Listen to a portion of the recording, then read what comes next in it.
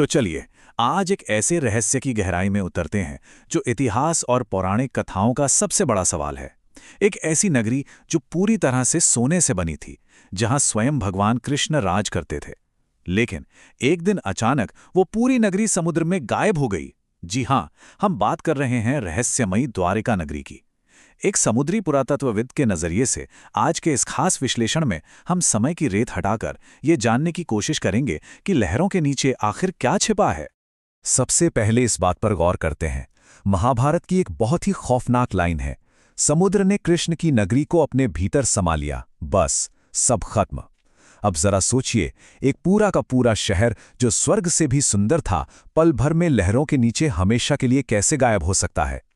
ये सिर्फ कोई कहानी नहीं है, बल्कि हमारे इतिहास का एक ऐसा कोल्ड केस है जिसे सुलझाने के लिए हम आज वैज्ञानिक और ऐतिहासिक सबूतों को खंगालेंगे।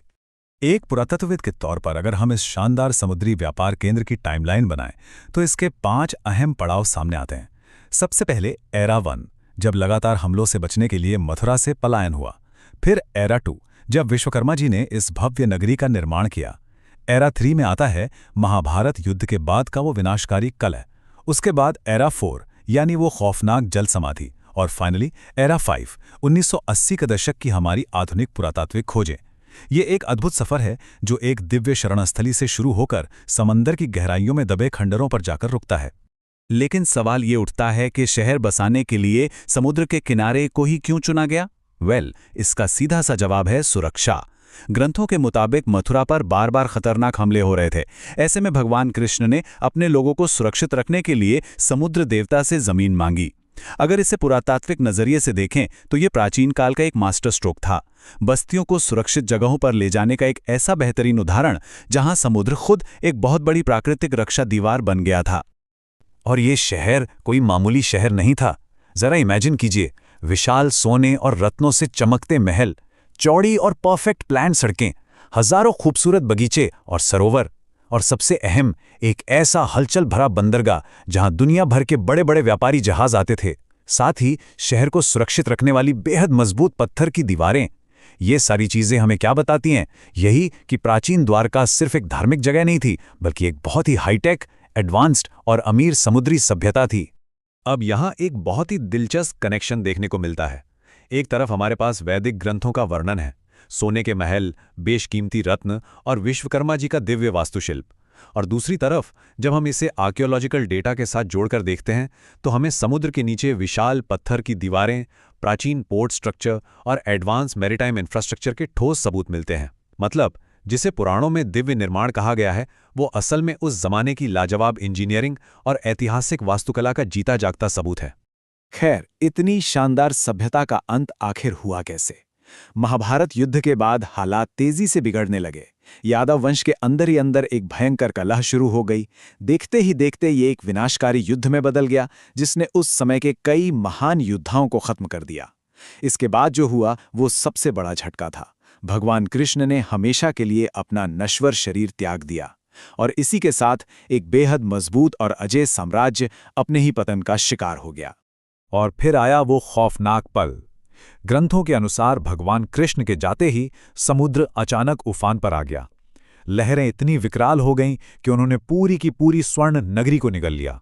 सब कुछ पानी के नीचे हमेशा के लिए दफन हो गया। और हाँ, उस समय के लोगों के लिए यह सिर्फ एक प्राकृतिक आपदा नहीं थी। करोड़ों श्रद्धालुओं ने इसे एक अशुभ संकेत माना। उनके लिए ये कलयुग के अंधकारमय युग की शुरुआत थी। तो अब सबसे बड़ा और क्रिटिकल सवाल, क्या सच में समुद्र में डूबी थी द्वारिका? क्या ऐसा कोई शहर असल में वजूद में था भी, या फिर यह महज एक मिथक है? यहीं से हमारा यह विश्लेषण एक नया मोड़ लेता है।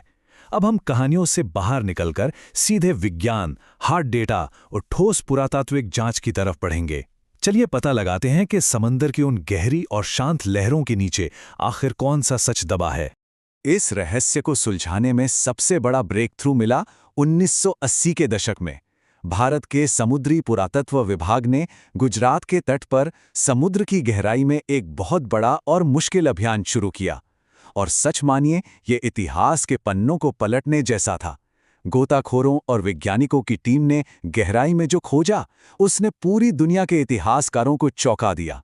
अचानक से एक पुरानी कथा विज्ञान के रडार पर आ खड़ी हुई थी। जरा पानी के नीचे मिले इन ठोस सुरागों पे गौर करें। वहां फैली हुई पत्थर की बड़ी बड़ी दीवारें मिली। जहाजों को रोकने के काम आने वाले बहुत भारी और प्राचीन पत्थर के लंगर मिले।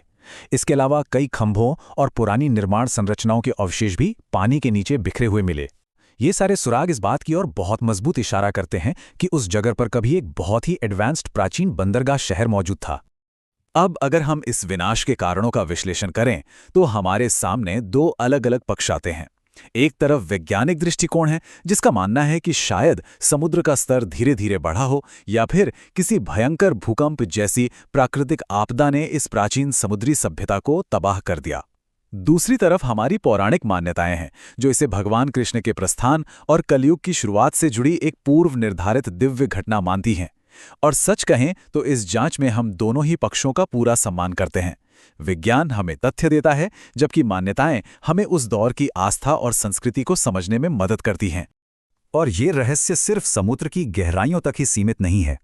आज गुजरात में जो आधुनिक द्वारका शहर है, वो हिंदुओं के 4 पवित्र धामों में से एक है।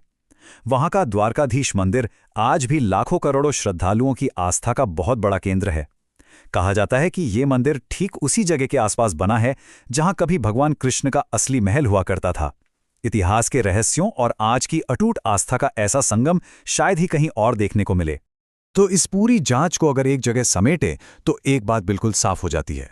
समुद्र के नीचे मिली वो संरचनाएं असल में प्राचीन समुद्री व्यापार, हमारे पुराने ग्रंथों और आधुनिक मरीन साइंस, इन तीनों के बीच एक जबरदस्त पुल का काम करती हैं। द्वारिका सच में एक ऐसी जगह है जहां इतिहास, विज्ञान और मिथक आपस में जुड़ जाते हैं। और शायद यही वजह है कि ये डूबा हुआ शहर आज भी दुनिया के सबसे बड़े और दिलचस्प रहस्यों में गिना जाता है।